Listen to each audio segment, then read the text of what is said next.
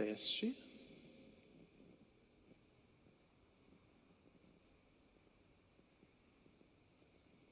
Põe no ouvido, Lu.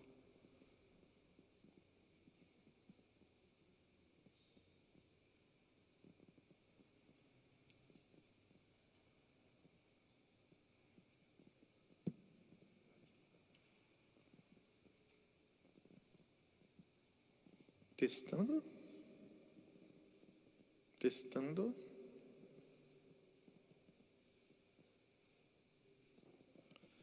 Testando o som. Teste.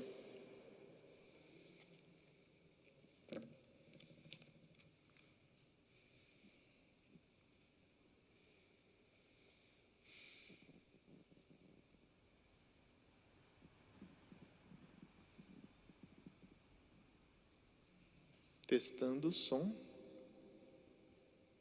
Teste.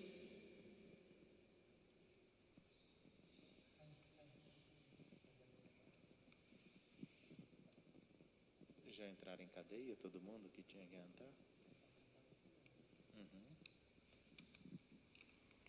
Boa noite a todos. Nós estamos aqui na Basílica Nossa Senhora do Carmo. E nós estamos na Semana da Família. E nós, da Pastoral Familiar daqui de Borda da Mata e do setor Mogi, nós temos uma palestra hoje com o nosso pároco e reitor, Padre Adilson. Padre Adilson, que Deus abençoe, ilumine. E vai ser uma alegria que nesse dia ele vai compartilhar conosco a partir da Sagrada Escritura. Então, boa noite a vocês que estão nos acompanhando pelas redes sociais da nossa Basílica, da nossa paróquia Nossa Senhora do Carmo. Vocês que fazem parte da pastoral familiar do nosso setor Mogi e de toda a nossa arquidiocese de Pouso Alegre que estão nos acompanhando. Essa palestra está sendo transmitida ao vivo aqui da nossa Basílica Nossa Senhora do Carmo e depois também ficará disponível para que outras paróquias, outras comunidades, a seu critério e a sua vontade, possam também utilizar esta nossa palestra. Como foi dito, nós estamos dentro do mês vocacional, o mês de agosto de longa data na nossa igreja do Brasil. Ele é dedicado às vocações.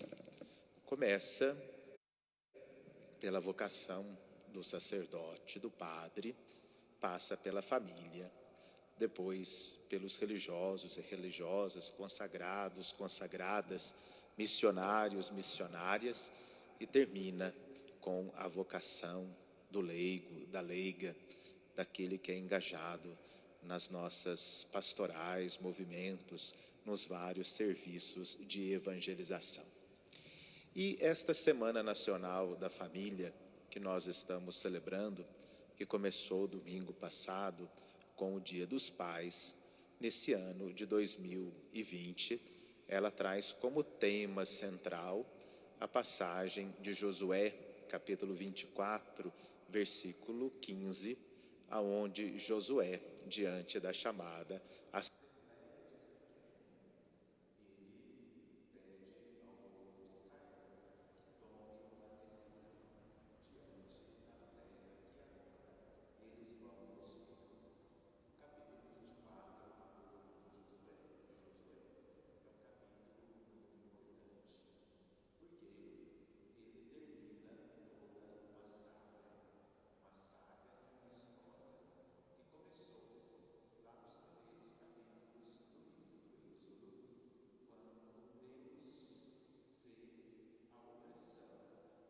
escravidão do seu povo no Egito. E aí então começa esta história na qual Deus liberta o seu povo, tira o seu povo do Egito, passa pelo Mar Vermelho, atravessa o deserto e chega diante da terra prometida. Nós temos os primeiros livros da Bíblia, o livro do Gênesis, o livro do Êxodo, o livro do Levítico, de Números e Deuteronômio, 5 primeiros livros da Bíblia, dos quais 3 livros e meio sobretudo o livro do Êxodo, a partir do capítulo 18, 19, é dedicado a essa grande travessia que o povo de Deus faz no deserto. No deserto, o povo então vai aprofundar e amadurecer a sua relação com Deus. E depois, o livro do Deuteronômio é um grande discurso de Moisés que, diante da terra prometida, tendo a terra prometida diante dos seus olhos, e atrás todo o caminho que o povo percorreu no deserto, Moisés então passa as suas recomendações para o povo que agora vai entrar na terra que Deus prometeu. Terminado o livro do Deuteronômio, no capítulo 34, com a morte de Moisés, quem assume é o jovem Josué, filho de Num, que é o sucessor de Moisés na guia e na condução do povo. E Josué entra na terra prometida, conquista os territórios que estavam na mão de outros povos, divide as tribos. E terminada toda esta peregrinação no deserto de conquista, de luta, o povo agora poderá viver em paz na terra que o Senhor lhe deu, né? E a terra prometida é o momento da autonomia do povo, porque no deserto o povo foi guiado, foi conduzido, devia viver a estrita obediência. O deserto significava o lugar da obediência estrita. O povo só vivia no deserto porque obedecia a Deus. E essa obediência, ela era bem estrita. O povo andava quando Deus pedia para andar. O povo parava quando Deus pedia para parar. O povo recolhia o maná quando Deus pedia para recolher. O povo cessava de recolher o maná quando Deus pedia para cessar. Então, o deserto é o lugar da obediência estrita. E a terra prometida, que agora no capítulo 24 do livro de Josué, o povo já possui e é distribuída a terra, é o lugar da vivência na liberdade. Deve-se seguir o Senhor na liberdade. A terra prometida é o lugar da independência. E Josué, então, alerta o povo nesse capítulo 24, que o povo agora tem a terra, mas deve continuar a servir o Senhor, como havia feito até então na caminhada pelo deserto e também na conquista da terra. E Josué diz: vocês agora estão diante da terra que Deus prometeu, que Deus deu e que agora vocês têm a posse. A vocês cabe decidir a quem vão servir. A esse Deus que os fez sair do Egito, conduziu pelo deserto, deu a terra, ou aos ídolos. Mas eu e minha casa serviremos o Senhor.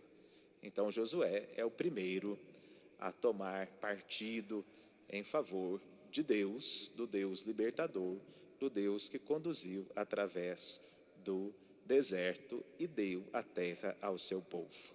Então esse tema e esse contexto é que norteiam esta nossa Semana Nacional da Família. Então nós hoje vamos falar um pouquinho sobre a família cristã, sobre a família de hoje, um pouquinho o que a nossa igreja pensa da família, o que a nossa igreja propõe para a família, né? Sobretudo a partir das Sagradas Escrituras e os fundamentos da nossa família cristã, de como que a nossa família hoje pode servir também o Senhor, de como nós, como Josué, naquele tempo, podemos tomar essa decisão, sermos pioneiros, né, nesse mundo de hoje, no serviço ao Senhor, numa família fundada nos valores que a palavra de Deus nos propõe. Nós, sobretudo, o nosso tempo de hoje, nesta pandemia ainda mais que nós estamos vivendo, é um tempo que se fala muito da palavra crise. Parece que tudo está em crise, né? A economia está em crise, a política está em crise, A cultura está em crise, os valores estão em crise, e a palavra família também não está isenta, né, de passar por uma crise, e uma crise profunda. Mas a crise realmente é da família, porque todos nós sabemos muito bem que a família é a célula fundamental da sociedade. Isto é uma coisa que a igreja acredita. A família é a célula mais importante da sociedade. Sem a família, nós corremos o risco de não existir mais nada de humano. A afirmação do padre é até um pouco pesada, mas é isso mesmo, porque é a família que nos humaniza, porque o ser humano precisa de um pai, precisa de uma mãe que o faça crescer, que o eduque, que transmita valores, que o ensine a ser um cidadão de bem, uma pessoa honesta, uma pessoa fiel, né, em uma sociedade. Infelizmente, todos nós sabemos muito bem disso, todos nós sabemos, ninguém discute, ninguém duvida que a família seja a célula mais importante da sociedade. Mas a consciência e o saber que a família é a célula mais importante da sociedade, parece que na opinião pública, na política, mesmo sabendo de tudo isso, a família é colocada sempre em último lugar. Ou, né, dentro das nossas discussões de hoje, não se fala mais de família, não se fala mais da família como algo importante, apesar de todo mundo saber que a família é muito importante para o funcionamento da nossa sociedade, para que tudo vá bem. Então, é por isso, né, que a nossa igreja, ela se empenha muito em sustentar que a família é importante para a sociedade de hoje. Então, nesta noite, nós queremos dar a nossa contribuição também sobre esse tema. E esta minha catequese aqui com vocês, nesses próximos 45 minutos, 50 minutos, vai desenvolver em 2 pontos. Primeiro, a família na Sagrada Escritura e depois, nos fundamentos da família cristã. Quais são os fundamentos de uma família cristã na sociedade de hoje? Partindo, é claro, dos valores presentes na Sagrada Escritura. Então, nós vamos ver um pouquinho a família na Bíblia, né? A família na Bíblia. E para nós falarmos da família na Bíblia, nós devemos partir da primeira página da Sagrada Escritura, do livro do Gênesis. Porque lá, o desígnio de Deus para a humanidade é muito claro. Deus, depois de ter criado tudo o que existe, de ter criado todo o universo, depois de ter criado a terra, ter povoado a terra com os peixes, com os pássaros, com as feras do campo, do mar, de tudo o que existe, Deus cria o ser humano com um diferencial. O ser humano é o último ato criativo de Deus. Mas o ser humano recebe um diferencial, que é o sopro do Espírito Santo. O texto bíblico diz que Deus formou o homem do pó da terra e soprou nas suas narinas. E esse sopro, né, é o hálito de vida, que é um termo bíblico muito próprio, que designa o próprio Espírito de Deus. Então, o ser humano, já no ato criativo de Deus, se diferencia, se destaca da criação, recebe um tratamento especial de Deus. O ser humano não tem só a vida natural, a vida criativa, a vida que vem da criação, mas o ser humano possui também uma vida espiritual, o sopro de Deus, ali naquele momento é infundido no ser humano a sua vida espiritual. E o texto ainda continua dizendo que o ser humano é criado à imagem e semelhança de Deus.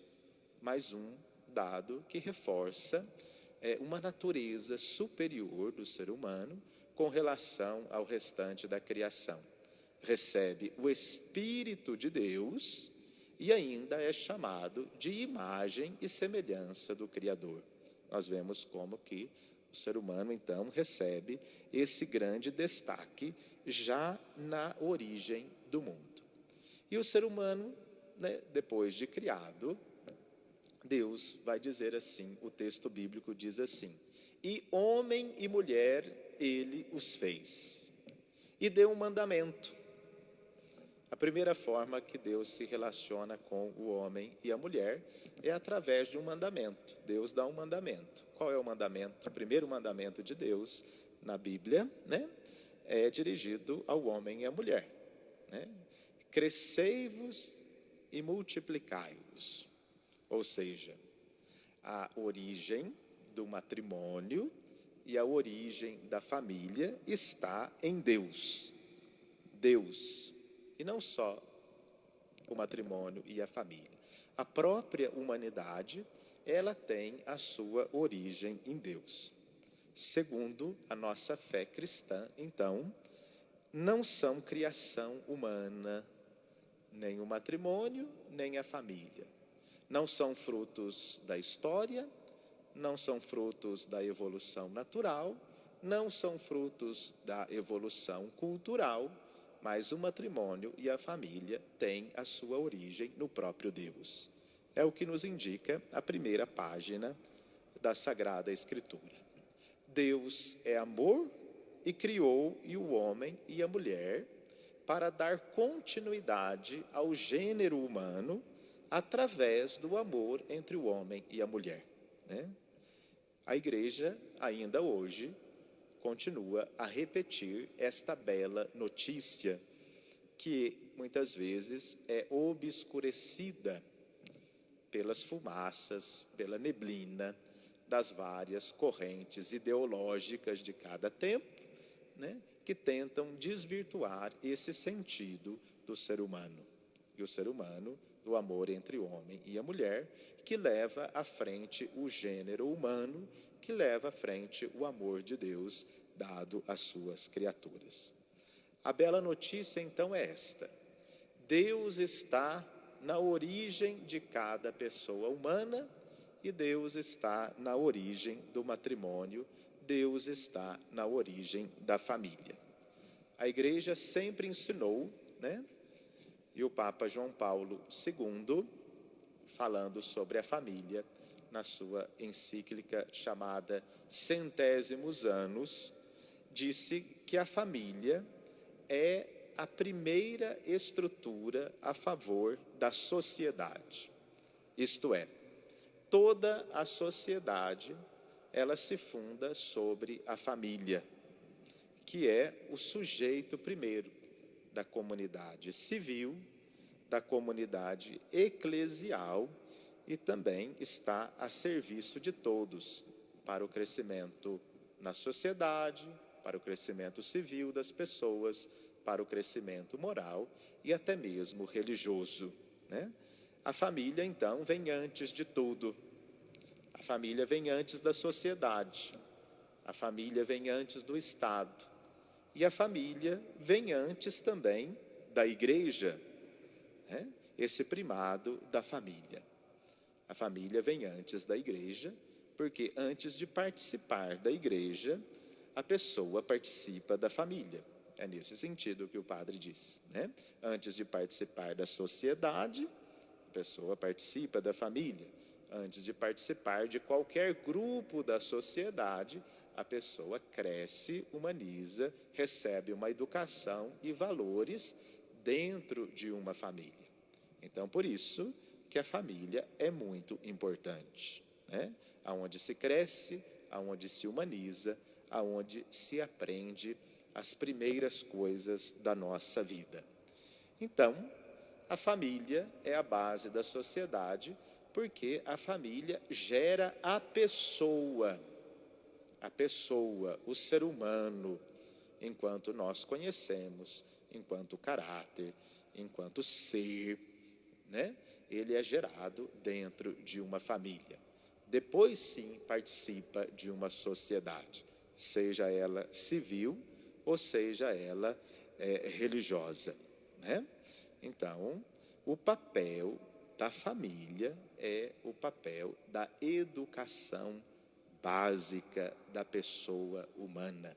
Esse é o papel da família, da satisfação das necessidades primárias de um ser humano, de educação, de socialização, né? E por isso, o Estado, né, enquanto todo, deve também ajudar a família nesse papel, nessa tarefa primária de capacitar as pessoas, né, de criar cidadãos honestos, equilibrados, justos, né, altruístas, que respeitam os outros, que fazem o bem para os outros, né, respeitosos pela lei, inseridos na sociedade, que querem o bem da sociedade, que querem o crescimento da sociedade, o bem comum. O Estado, então, deve ajudar a família na educação dos filhos, e o faz de modo muito especial também, através quando o padre diz o Estado, diz o poder público, né? Através de creches, que nós sabemos hoje que é condição, pai e mãe trabalham na sociedade de hoje, né? Os filhos, então, não têm mais aquela constante proteção da mãe, a proteção da casa, então precisam de uma creche, precisam de uma escola que comece cada vez mais cedo. Então, o Estado, de certa forma, ajuda a família nesse papel de educação. Mas nós, da igreja também, né, a doutrina da igreja, acredita que o Estado nunca pode substituir a família. Não é papel do Estado, né, substituir a família. Não é papel do Estado ensinar esses valores primários, ser esse ambiente primeiro de educação da família. Nós sabemos muito bem, é conhecido na história, nós temos exemplo de ditaduras comunistas, nazistas e até fascistas, né? Para citar de um extremo ao outro, para não achar que nós estamos fazendo política aqui nesta noite, né? Mas nós temos exemplo dessas ditaduras em que a criança não pertencia à família, a criança pertencia ao Estado. O Estado retirava a criança da família e já, desde cedo, tentava incutir, colocar, né, dentro da cabeça das crianças as suas ideologias. Isso não é papel do Estado, né? Ensinar ideologia para a criança, nem de um extremo nem de outro, nem de direita nem de esquerda, nem de centro. Esse papel fundamental de educação dos filhos é e permanece sendo da família. Nenhum filho, nenhuma criança, né, deveria ser criado ou educado fora do ambiente da família. Então, aqui também, nesse ponto, nós não podemos ser ingênuos no mundo de hoje. Nós devemos perceber que a cultura moderna, a cultura de hoje, que há um tempo atrás já proclamou até que Deus morreu, a cultura de hoje também tenta levar a óbito a família natural, né? E faz isso através de uma variedade de meios possíveis, né? Através do ensino de valores passados, né, pela internet, pela TV, por tantos e tantos meios, né? Nós assistimos hoje uma série de atos que querem desestabilizar a nossa família, né? O divórcio, por exemplo, o aborto, a instabilidade na família, o isolamento dos idosos. Nós estamos nesse tempo de isolamento social, né? onde é recomendado que a gente não tenha contato com os idosos para preservá-los, que são mais vulneráveis ao coronavírus.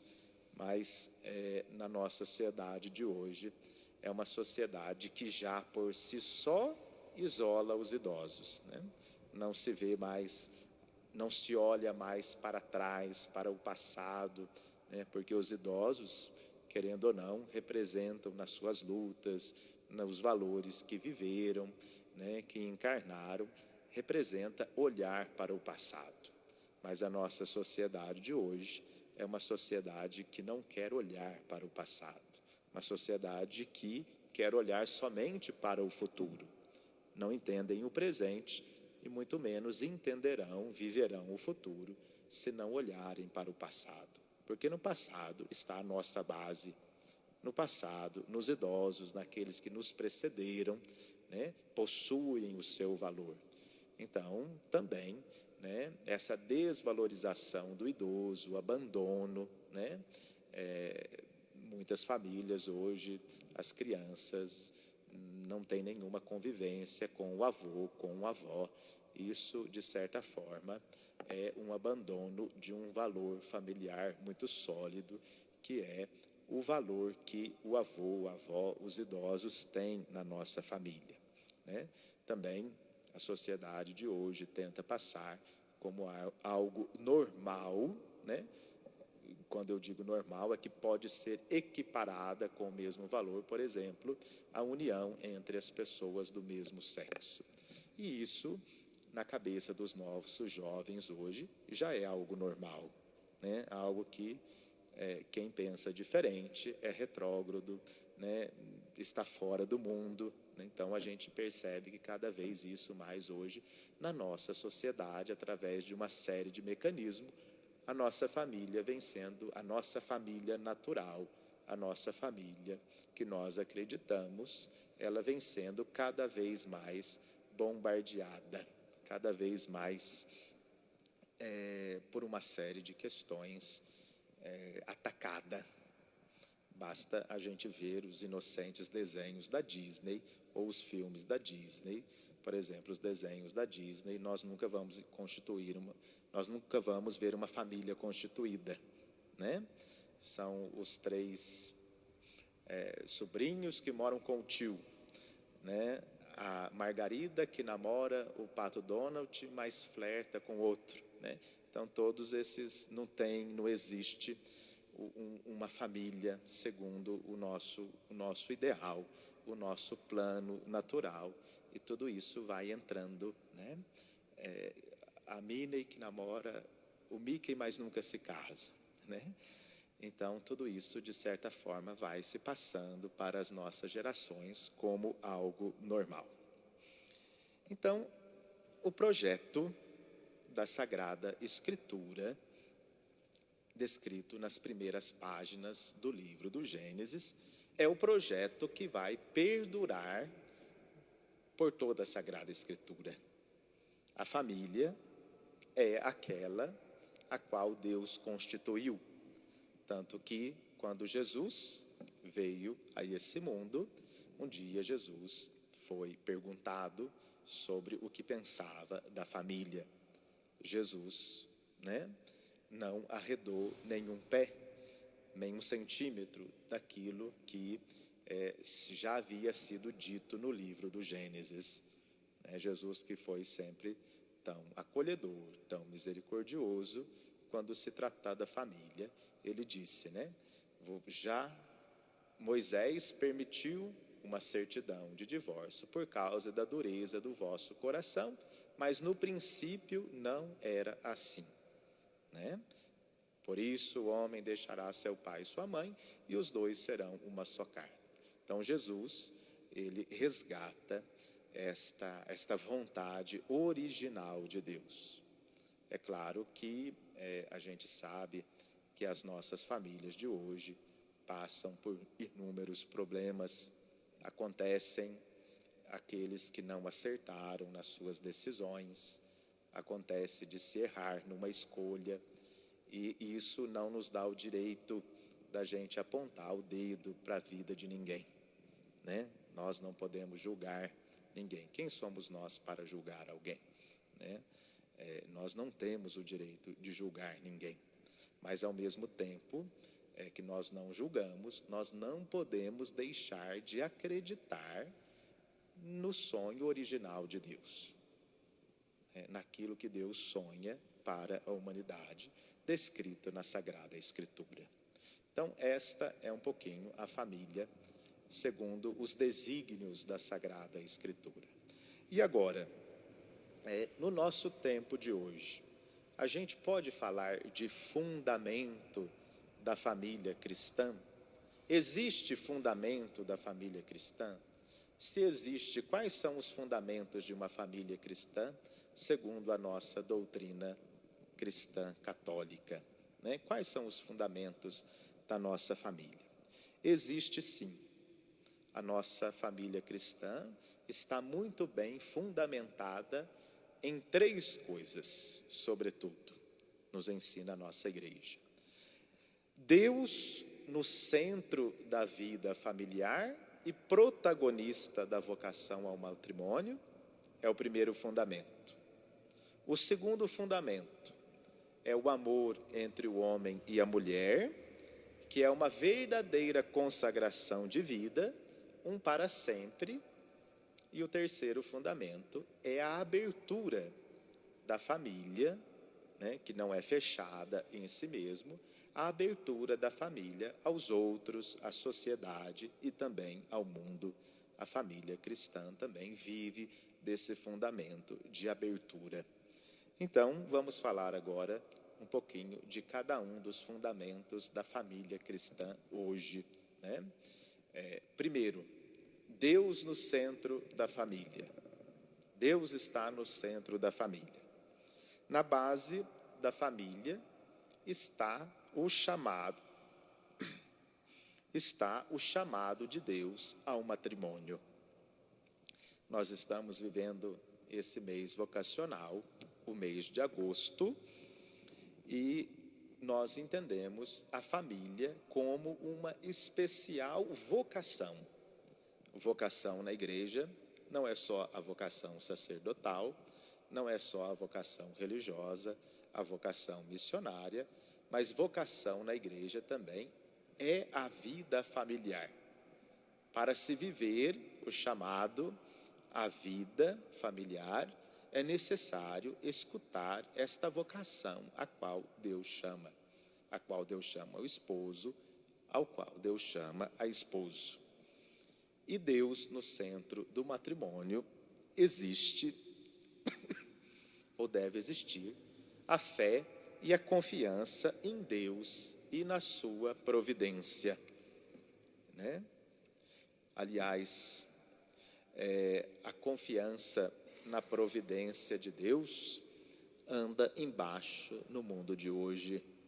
O mundo de hoje é muito pobre na questão confiança na providência de Deus, no que diz respeito a formar uma família. Por que o padre diz isso? Porque muitas vezes, né, nas entrevistas de casamento que a gente faz com aqueles que se propõem a viver o valor do sacramento, uma das perguntas que nós fazemos vocês aceitam, querem ter filhos, né, porque é uma das exigências do matrimônio, a abertura à vida. E como estão preparados já, fizeram o curso de noivos, a catequese de noivos, já aprenderam um pouquinho sobre esta abertura do casamento à vida, dizem sim, nós queremos ter filhos. E sempre eu pergunto, quantos filhos vocês querem ter? Né? 1, no máximo 2, né? E a gente então pergunta, mas por que, né, tão pouco? Ah, padre, o mundo de hoje é muito difícil, né? Criar um filho hoje não é fácil, né? Criar um filho hoje exige muito, nós não poupamos tanto, nós vamos ter que trabalhar bastante. Mas e aí, aonde fica a confiança na providência de Deus? Aonde fica? Se Deus chama a família, se Deus te deu a vocação para ser esposo, para ser esposa, para ser pai, para ser mãe, você não confia em Deus que vai prover?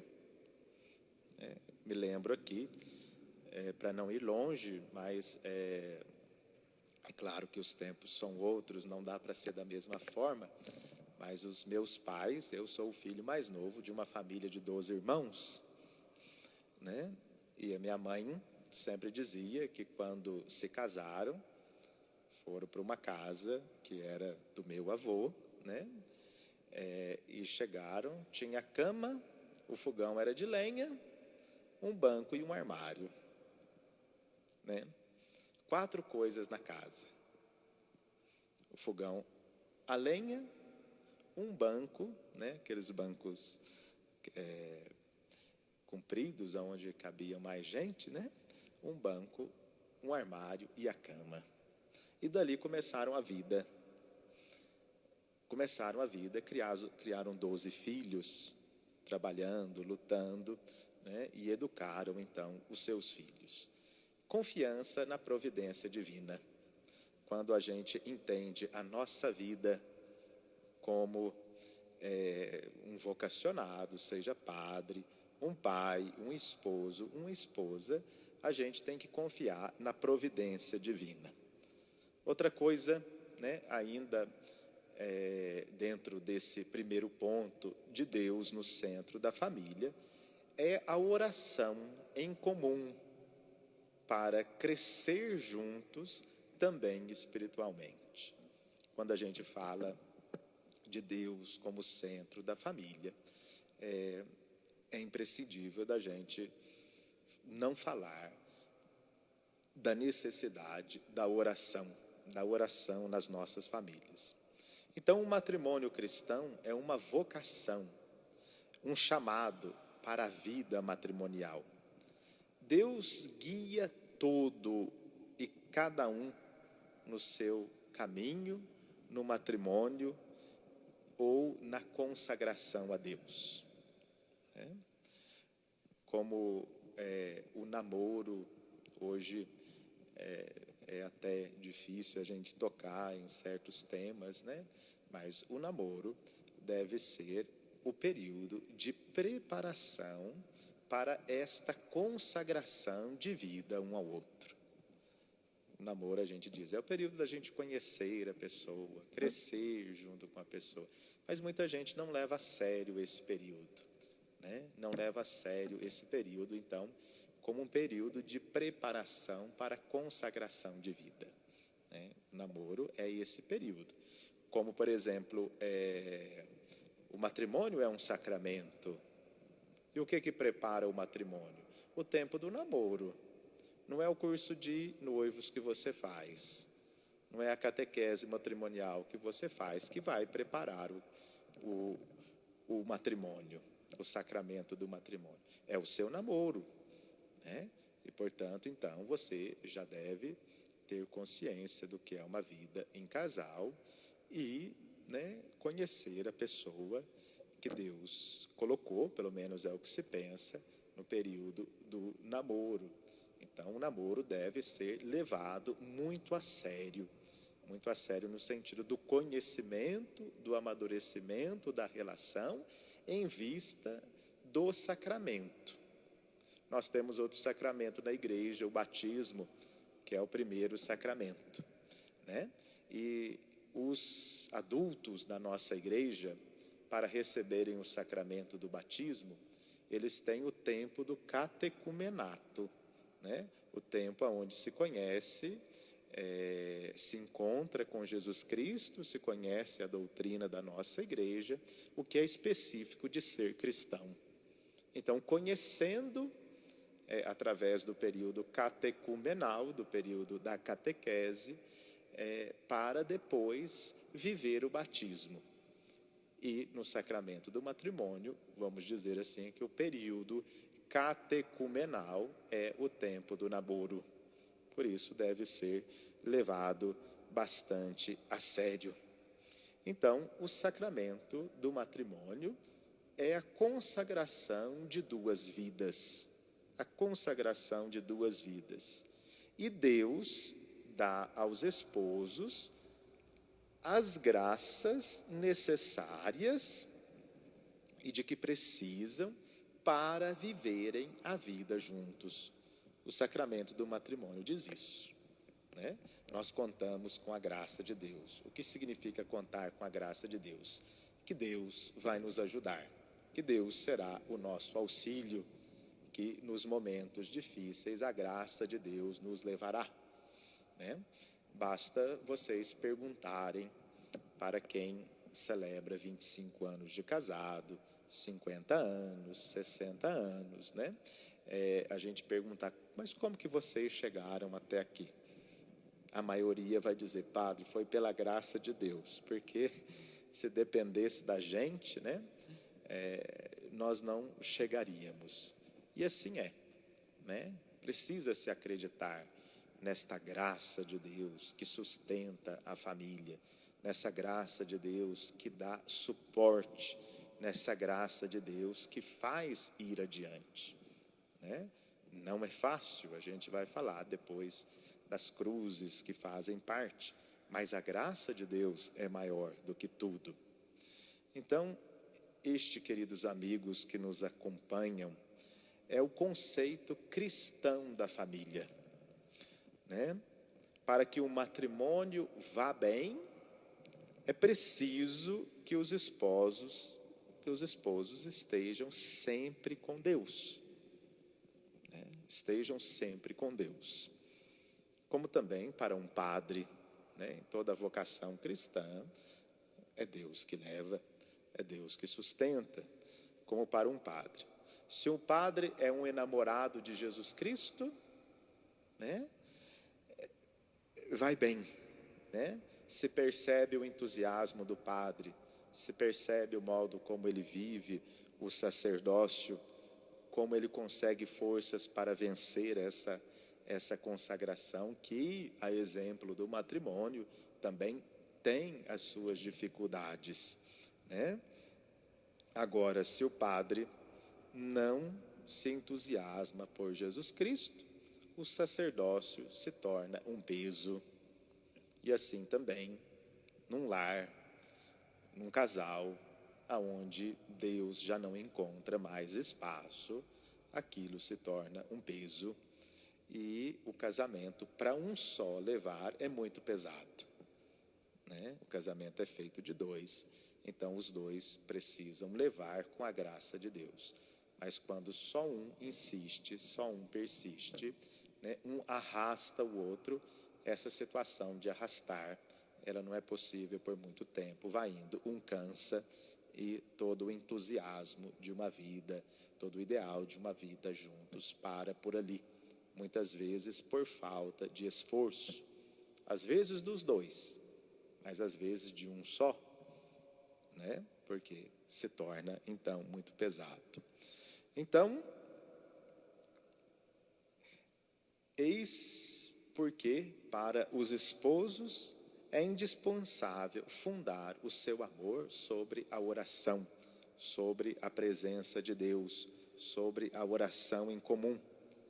Quando duas vidas são consagradas ao matrimônio, a família é fundada sobre o amor divino, também com Jesus, né?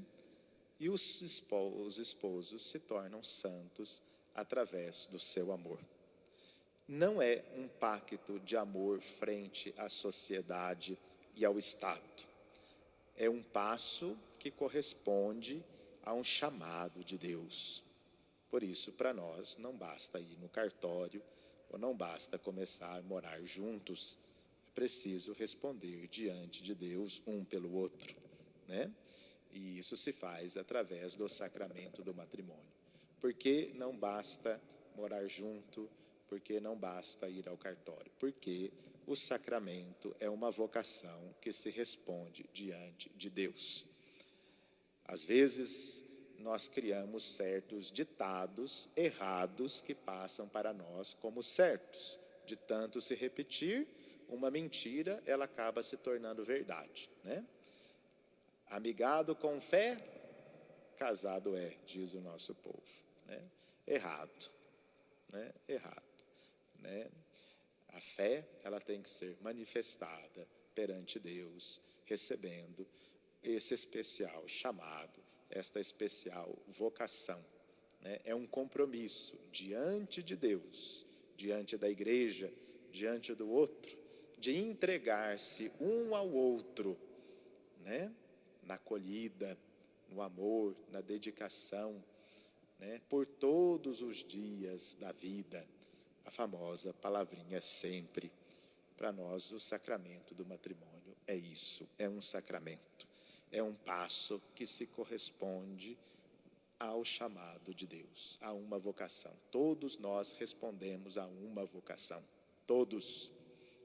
Quem vive a vida consagrada ou quem vive a vida familiar. Antes se dizia, família que reza unida, permanece unida. Né? A gente pode dizer, então, e eu creio que isso ainda seja verdade no nosso tempo de hoje, e essa verdade nada vai apagar. A sociedade moderna, a sociedade de hoje, tenta fechar cada um no seu mundinho. Né? A sociedade, o mundo de hoje, criou espaços privados, onde as pessoas que moram na mesma casa podem se tornar um estranho para o outro. Né? Existe lá, cada um come no seu horário, cada um, né, tem a televisão no seu quarto, a sua internet, o seu celular, e dentro das nossas casas nós estamos convivendo cada vez mais com estranhos e não com familiares, e não entre pais e filhos. Ouvi de um pai, nesse período da pandemia, que com esta situação de não ter mais a aula presencial, né? Ele foi buscar então o filho dele que morava numa outra cidade. Já fazia tempo que ele tinha alugado um apartamento para o filho de vez em quando vinha, né, para a casa dos pais, entrava para o quarto e ali ficava. Chegava a hora de ir embora, de voltar para os estudos, o pai pegava, levava até a rodoviária, né? Hoje a maioria também dos filhos tem carro, né, que o pai às vezes já dá, né, e voltava lá para o seu mundo. Então, com esta situação da pandemia, ele teve que ir buscar o filho. Entregou o apartamento, porque nesse período incerto de quando as aulas vão voltar, quando não vão voltar, e trouxe o filho de novo para dentro de casa. Mas passado uma semana, ele percebeu assim, eu estou vivendo com um estranho dentro de casa. Não é o meu filho mais. Né? Fruto do quê? Fruto desta sociedade que está privatiza tudo, né? Até o ambiente familiar, né? Onde não existe mais conhecimento dentro das nossas casas, dentro das nossas famílias. Né? Os pais de hoje não sabem o que os filhos veem no celular, na internet, não sabem o que está dentro da cabeça, o que ali está. Né? Eu acho, no mundo de hoje, uma concorrência desleal, por exemplo, a nossa catequese. Né? A nossa catequese tradicional, das crianças virem até a nossa sala de catequese, e o catequista, 1 hora por semana, né? 1 hora por semana, que tem, às vezes nem isso, porque o pai e a mãe já estão buzinando lá na porta, né? Para pegar o filho, pregar a filha, 1 hora por semana, passar o que é essencial da nossa fé cristã, do Evangelho, da nossa doutrina, do conhecimento de Jesus Cristo, no caso da preparação para o sacramento, sobre a Eucaristia, sobre a Crisma. 1 hora por semana, enquanto a criança, o adolescente, o jovem, quantas horas de celular tem por semana? É uma concorrência desleal, né? A gente nunca vai conseguir, né, sanar essa deslealdade na concorrência, o que está dentro da cabeça dos nossos adolescentes, dos nossos jovens e até das nossas crianças no mundo de hoje. Então, os pais também precisam conhecer os seus filhos, né? estar atento a tudo aquilo, que eles têm acesso a tudo aquilo que é visto, porque às vezes você pode estar convivendo com um estranho dentro de casa, que te diz aquilo que você quer ouvir, né, para não entrar em conflito, mas na realidade o mundo que ele vive é outro. Então isso é necessário, muita proximidade entre os pais de hoje, né? Então nós continuamos acreditando nesta máxima: família que reza unida permanece unida. Então os esposos cristãos, a família de hoje, também deve dividir os seus sentimentos religiosos, seu amor a Cristo, né? A frequência na igreja, nos sacramentos, na oração cotidiana. Nós precisamos voltar àquela belíssima prática da oração do terço em família. É um desafio a oração do terço em família toda noite, né? Toda noite, como as nossas famílias faziam antigamente. Rezavam juntos, né? À noite, com 20 minutos, 25 minutos, a gente reza um terço. E às vezes, toda noite, a família tem um momento da TV. O pai e a mãe pegam o celular, cada um no seu, fica, depois que janta, né? O resto da noite no celular, cada um no seu celular.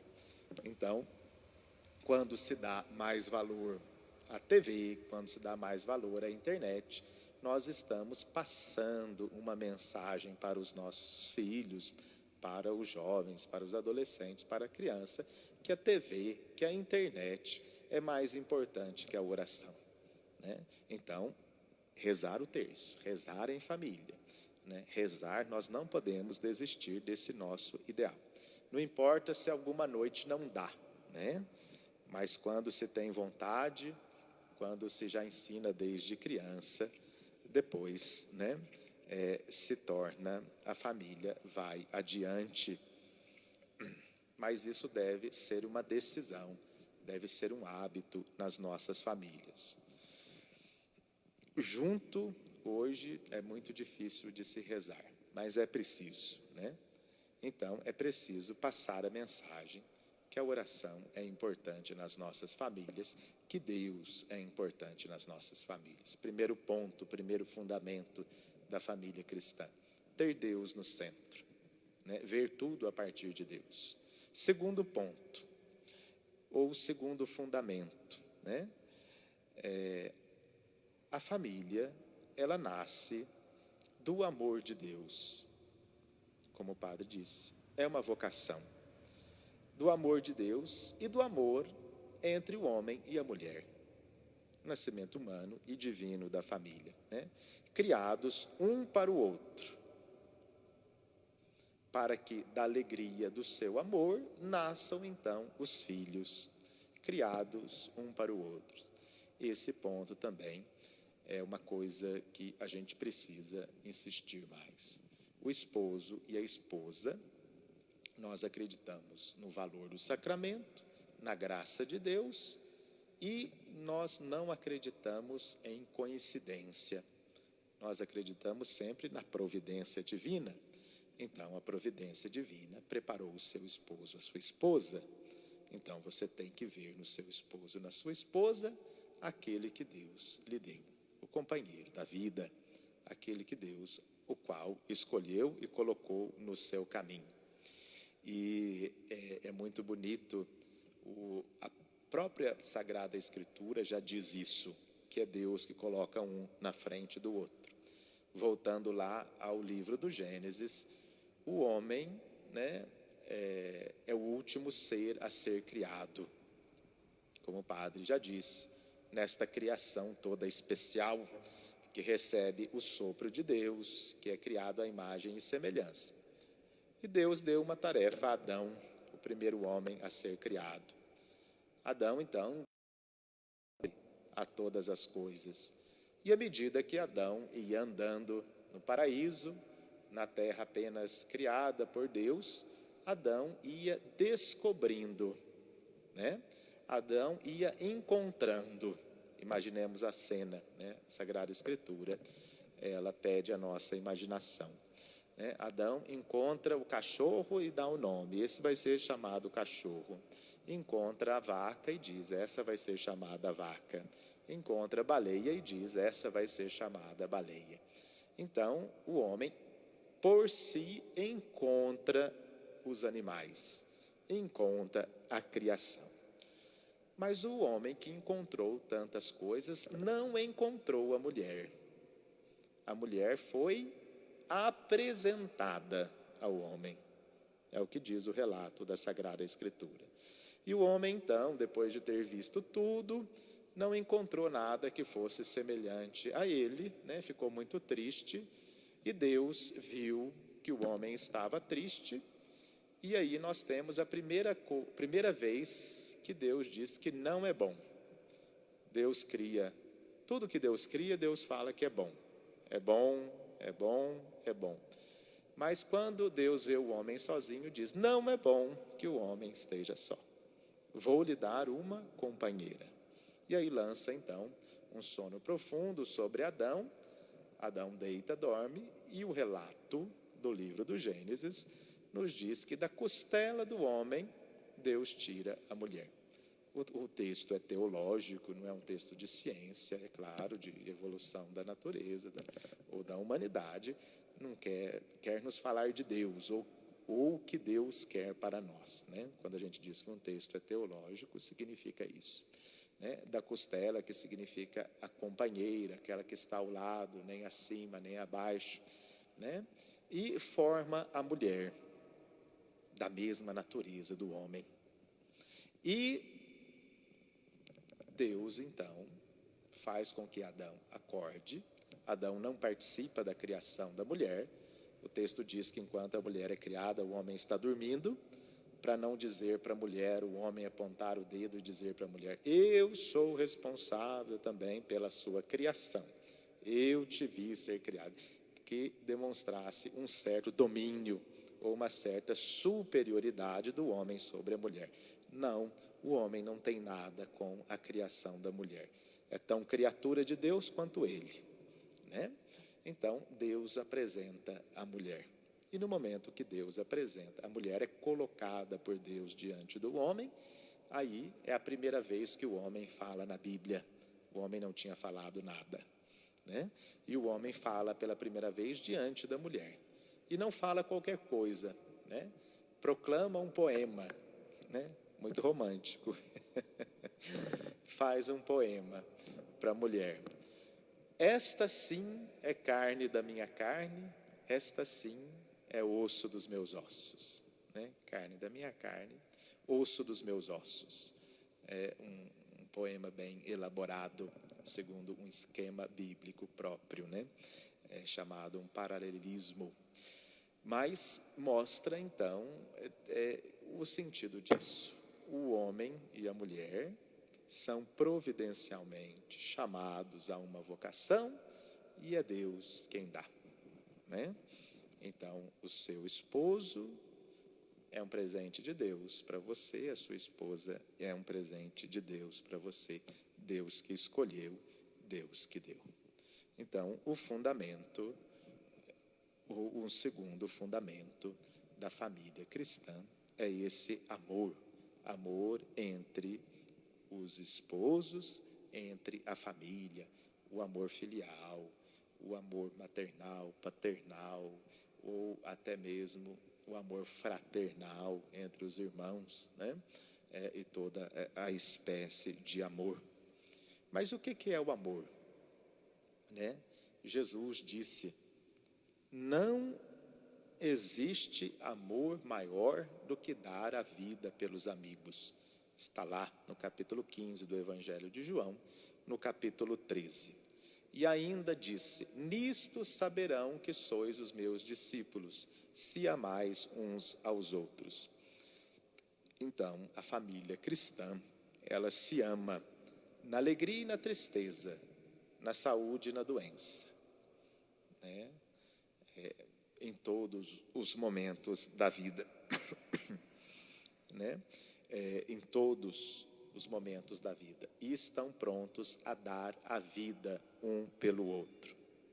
Não o amor sentimental das canções, é claro. E, aliás, né, hoje as canções também nem falam mais do amor sentimental. As canções de hoje falam do amor pornográfico, erótico, né, que vê no outro um objeto apenas de se possuir, alguma coisa para se usar, né? Reduz o outro uma coisa a um capricho do prazer, né? Mas o amor como consagração de vida, de uma consagração de uma vida familiar. Então, este é o segundo ponto, né, da nossa, ou do fundamento da vida familiar cristã. A gente teria um pouquinho mais para falar sobre esse ponto, mas nosso tempo já está um pouquinho adiantado, a bateria do celular já começa a dar sinal, né, do celular que está gravando aqui a nossa palestra, né? Nós vamos então para o nosso terceiro fundamento da família cristã, que é a abertura. A família cristã não é fechada em si mesma. Ao interno do amor, o amor dividido entre o marido e a mulher, né? E o amor dividido também entre os filhos, à medida que a família cresce. O amor também extravasa em direção ao externo, né? Aos parentes, aos amigos, aos conhecidos, né? A todo próximo, né? Esse conceito bíblico. A família cristã hoje, ela não deve ser fechada em si, nos próprios afetos, nos próprios interesses ou no próprio egoísmo existente dentro da família, mas deve ser uma família aberta à sociedade. E os pais de hoje devem educar os filhos abertos para a sociedade, né? Os esposos e a sua família não são só uma célula, são uma pequena célula, seja da igreja, seja da sociedade, né? Antigamente se falava, né, na pequena igreja doméstica, né? E isso é verdade, mas a gente tem que entender que uma célula também só vive enquanto está em relação com outra, né? Então deve ser aberta às necessidades dos irmãos e das irmãs.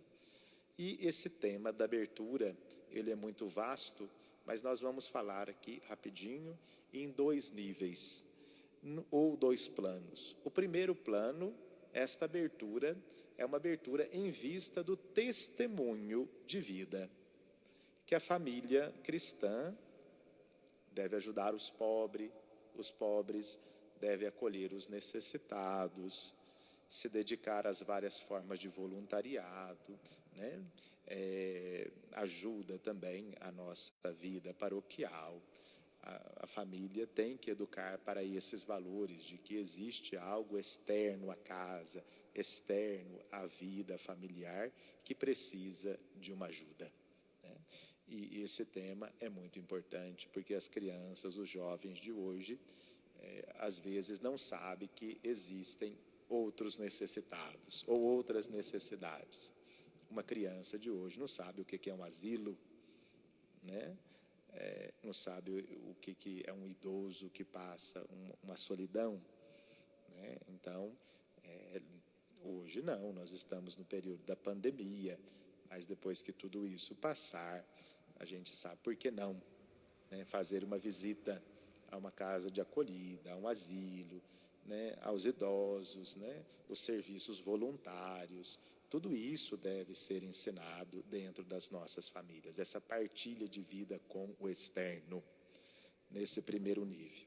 Depois, num segundo nível, no segundo plano também, essa abertura da família diz respeito à missão da família de evangelizar, né? Todos nós devemos evangelizar. Todo chamado de Deus é em vista da evangelização, né? É para viver a nossa vida aqui nesta terra, mas também em vista da evangelização. E quando falo da evangelização das famílias, do papel das famílias que evangelizam. Eu me lembro de um padre que eu conheci no meu período lá em Roma, um padre coreano, né, da Coreia do Sul, e um dia ele partilhava comigo o seu testemunho de vida cristã na Coreia. A gente sabe que a gente conhece muito pouco dos países daquela região, mas lá existem cristãos. Na Coreia do Sul, maioria budistas, existem cristãos. Na Coreia do Norte, uma ditadura comunista, existem cristãos. Na China, existem cristãos católicos. No Japão, existem cristãos católicos. Mas como vivem esses cristãos católicos como nós, que acreditam no mesmo que a gente acredita, que acreditam na salvação trazida por Jesus Cristo? Em muitos países, por exemplo, na China, na Coreia, não existe o papel aberto do sacerdote, né? A evangelização não é levada à frente pelos missionários, pelos consagrados, pelos irmãos e pelas irmãs. E esse padre me dizia, então, que a conversão dos coreanos, do país dele, da Coreia do Sul, era feita pelas famílias, né? Pelo testemunho das famílias. Porque na concepção deles não pode existir um batizado que não evangelize, né? Não pode existir um batizado que se contenta em ser praticante da religião. Hoje, se a pessoa é praticante da religião no nosso mundo aqui, aonde é permitido, aonde é a maioria, a gente já se dá por satisfeito, né? Porque nós temos esses vários níveis. Você é católico? Sim. É católico praticante? Sim. É católico praticante e evangelizador? A gente tem que perguntar isso também, porque muitas pessoas se contentam: eu sou católico praticante, vou à missa, me confesso uma vez por ano, né, vou à missa dominical. Estamos longe, né? Longe do nosso ideal, da nossa missionariedade. Então, esse testemunho desse padre que conheci me tocou muito, porque ele veio de uma família que foi evangelizada por outras famílias, e em vista da necessidade daquela comunidade de famílias, então ele sentiu o chamado para ser padre, que precisavam de um padre, né? Vejam como que nasce depois a vocação que vem da evangelização das famílias. Então, né, nós precisamos ser aquilo que o Papa Paulo VI já dizia em 1900, na década de 70, né, na Evangelho Nunciandi, que o Evangelho deve encontrar espaço nas famílias e deve, a partir das famílias, irradiar, né? E as nossas famílias, então, irradiando o Evangelho, nós vamos estar fazendo aquilo que fez Josué. Eu e minha casa serviremos ao Senhor, né? Espero ter ajudado um pouquinho aí na nossa semana da família, aqui da nossa paróquia, do nosso setor também, no setor Mogi, e que será distribuído esse material, essa nossa palestra, para quem está nos acompanhando. Muito obrigado. Pessoal, nós fomos acompanhando aqui no Facebook, todo mundo adorando, teve muito bom. Diante disso, a resposta das nossas famílias é essa, né? Eu e minha casa serviremos ao Senhor, tá? Padre, eu quero pedir mais um favor, o senhor dá a bênção para nós, tá? Agradecer a todos que ficaram conosco. É uma semana da família diferente, mas nós estamos com a mesma fé, né? Servindo, evangelizando outras famílias. Muito obrigado, boa noite. Nós estamos aqui na nossa Basílica de Nossa Senhora do Carmo. Então agora nós vamos nos voltar para a imagem de Nossa Senhora do Carmo. O padre pode ficar, não precisa aparecer, né? E nós vamos fazer a saudação à Virgem Maria, né? para que ela interceda por todas as nossas famílias. Ave Maria, cheia de graça, o Senhor é convosco. Bendita sois vós entre as mulheres, e bendito é o fruto do vosso ventre, Jesus. Santa Maria, Mãe de Deus, rogai por nós, pecadores, agora e na hora de nossa morte. Amém. Nossa Senhora do Carmo, abençoe-vos o Deus Todo-Poderoso, Pai, Filho e Espírito Santo. Amém. Deus abençoe você e a sua família que nos acompanhou nesta noite.